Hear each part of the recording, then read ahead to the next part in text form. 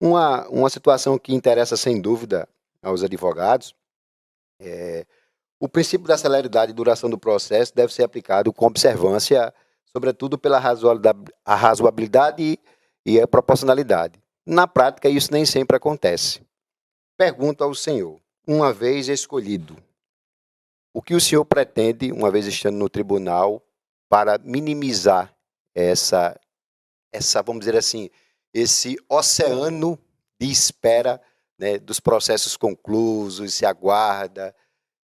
Enquanto desembargador, o que o advogado pode esperar do senhor nesse sentido? Perfeito, Anderson. Uma curiosidade, talvez muita gente não saiba, eu sou formado em administração de empresas também, porque quando eu fui fazer o vestibular, eu fiz para administração, passei, cursando o meu primeiro ano, eu vi que eu queria era direito, comecei a estudar direito, mas o meu pai me incentivou, não, meu filho, vá, faça os dois cursos, estude, vá em frente, e assim eu fiz, estudei os dois cursos. E por que eu fiz questão de lhe dizer isso?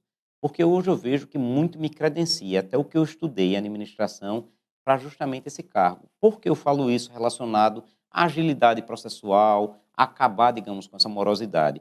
Eu tive uma oportunidade, como todo jovem advogado tem, como você, como jovem advogado, como o Matheus, como jovem advogado, de começar, talvez, do nada, do zero. Eu não tive herança jurídica, meus pais médicos, então minha herança seria um consultório médico e a gente trocou o consultório por um escritório. Eu troquei literalmente receituários médicos por uma petição. Então comecei, como diz a história, do nada, não tinha ninguém que dissesse, não, me dê a mão aqui, vamos começar. Comecei estagiando, comecei advogando na seara trabalhista, depois eu fiz especialização em civil, que era o que eu gostava, e comecei a trabalhar no que eu gostava, no civil, no administrativo, no tributário, e assim eu saí. E o que é que acontece ao longo desse período todo? Uma das coisas que eu sempre gostei foi justamente de gerir, de cuidar, de ver as coisas como poderia ser. E construir, ao longo dessas 2 décadas de advocacia, de quase 2 décadas, um escritório. Constituí um escritório, tive a visão lá atrás, juntamente até com meu irmão, que é advogado, com outros sócios também que a gente tem, de que a gente poderia expandir até para poder a gente proporcionar atividades para os novos advogados, atividades para estagiários, proporcionar um pouco, não digo do ensino, mas um pouco da vivência, da prática para aqueles ali. Ou seja, que a gente pudesse tornar uma situação que era da teoria, do que a gente tinha visto, teoria de faculdade, na prática para as pessoas aprenderem ali e caminhar. Hoje, quando eu olho para trás, tenho muito orgulho, quando eu vejo que já praticamente 200 estagiários passaram por nós no escritório. Estagiários que hoje temos procuradores, hoje a gente tem, que foram secretários de Estado, pessoas advogando muito bem, advogando aí, muito bem colocadas no mercado. E por que eu digo isso? Eu sempre tive uma visão do escritório que não adiantava a gente ter só especializado na área de família. Não, no escritório a gente tinha, como tem até hoje, um advogado na área de família, um advogado especializado no trabalhista, no tributário, no direito civil, no direito do consumidor. E por que eu digo isso? Porque eu quero levar isso para dentro do tribunal. Não adianta eu ter uma assessoria qualificada em apenas uma área, não. Eu tenho que ter uma assessoria que seja qualificada no previdenciário, no tributário, no trabalhista, para justamente, quando vierem os volumes de processo, olha, esses são tributários, então vamos lá, separa por matéria, separa por demanda, vamos tornar uma coisa mais ágil, uma coisa mais qualificada. Até porque você, como um julgador, você precisa de uma assessoria qualificada também, porque ninguém sabe tudo. Quem sentar aqui dizendo, olha, eu sou o advogado mais preparado do mundo, eu sei de tudo, isso é utopia. Vocês saíram da faculdade mais recente e vocês sabem, você está estudando no 5º período, é humanamente impossível você saber de um direito ambiental a um direito trabalhista, a um direito penal, e aí vai. Você pode até ter noção. Obviamente que tem que ter noção básica de direito, sobretudo, mas especialidade você tem que ter pessoas também que sejam especialistas ali, até para você ter um bate-bola, até para a pessoa dizer, não, você está errado, não é assim, é dessa forma, olha aqui as novas decisões. Você tem que ampliar o leque. E dessa forma é que eu acho que a gente pode, organizando, fazendo gestão dentro do gabinete, conseguir zerar, como tem alguns exemplos dentro do Tribunal de Justiça, os processos pendentes. Já tivemos exemplos dentro do Tribunal de Justiça. Agora também eu defendo uma coisa, quando eu falo em assessoria qualificada, eu não digo julgar por julgar. Não é isso que nenhum advogado quer, não. Não adianta também você estar dizendo, olha, minha camisa é azul, e eu estar aqui dizendo, não, é branca. Aí você dizendo, não, branca é a sua, a minha é azul. Não, peraí, vamos olhar o que tem no processo, vamos ouvir o advogado, Vamos ver o memorial que o advogado apresenta. A sustentação oral serve para isso, o memorial serve para isso. É por isso que eu digo, acessibilidade é tudo também na advocacia. É preciso que o desembargador, além de ser célere, além de julgar rápido os processos, os procedimentos, o julgador também escuta o advogado. O advogado talvez seja o primeiro assessor que ele recebe ali. Por quê? Eu mesmo entro com o processo, se tem alguma medida liminar, se tem alguma urgência, eu corro para o desembargador e vou lá pedir para despachar o processo. Vou explicar a ele. Então, antes mesmo dele ouvir a assessoria dele, ele está me escutando.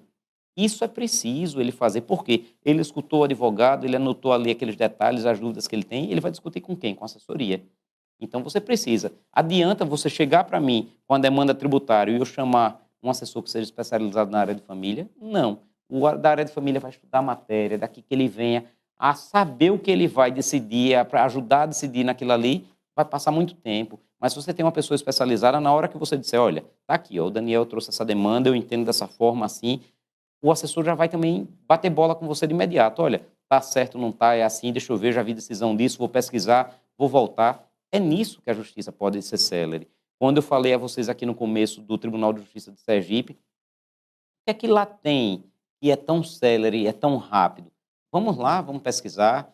Tem algumas situações que eu advogo, já advoguei lá, e vi processos meus andarem que não dependia de ninguém estar em cima, não dependia de ninguém estar pedindo. Eu dou um exemplo que eu tive uma demanda em Aquidabã, aqui no interior de Sergipe, e apresentei a defesa de um cliente meu, e aí disse, poxa, vou ligar para lá para saber o dia que o magistrado atende, para poder eu sair de Maceió e ir a Aquidabã, para despachar o processo, eu explicar, olhando no olho do magistrado. E liguei. Rapaz, olha, eu gostaria de saber qual é o dia que o magistrado tá, tal. A servidora virou para mim e fez, doutor, qual a finalidade que o senhor vem aqui? Para despachar o processo. O senhor não quer não falar o telefone, ao invés de se deslocar e vir para aqui? Eu disse, ele atende na mesma hora. Passou para ele, atendeu. Isso é uma forma, inclusive, de agilidade processual. Quebrar essas dificuldades, essas barreiras, paradigmas. É isso que a gente precisa levar para o tribunal. É possível o tribunal, através de seus desembargadores, intervir, ou não seria uma intervenção, mas fazer uma socialização com os juízes para essa acessibilidade? Porque nem todos os juízes se inclinam a esse tipo de atendimento. É possível e é preciso, eu lhe digo mais. Por que eu falo isso? Porque, assim, não tem nada demais. Qual a razão do juiz não querer atender o advogado? Isso não existe. Até porque a própria lei assegura ao advogado o direito, então é fazer cumprir o que está na lei. E, assim, o diálogo eu acho que é a base de tudo. Existem situações que eu vejo magistrados fixando dias para atender o advogado. Isso, é dizer assim, vai de encontro a tudo. Quer dizer, o advogado ele tem que se moldar ao dia de terça e despachar um processo. Não precisa também a gente chegar e dizer, não, ele vai ter que atender a toda hora. Não, peraí, gente, vamos fazer o seguinte, todos os dias eu vou atender, o advogado pode agendar ou pode chegar lá, mas atender, a finalidade é essa. O advogado não vai procurar o juiz para falar sobre a praia, sobre o dia que está chovendo. Vai falar sobre um processo que está lá, uma necessidade. Ou ele vai falar porque o processo está paralisado, que o processo está lento, ou ele vai falar por alguma razão. Então, se a gente primeiro colocar em dia o processo, certo? O advogado, muitas vezes eu fui no fórum falar para dar andamento, porque era um andamento simples, mas que não precisava eu ter ido se o próprio cartório, por assim dizer, tivesse dado andamento. Então, existem essas situações que a gente precisa ponderar e ver a melhor forma de resolver.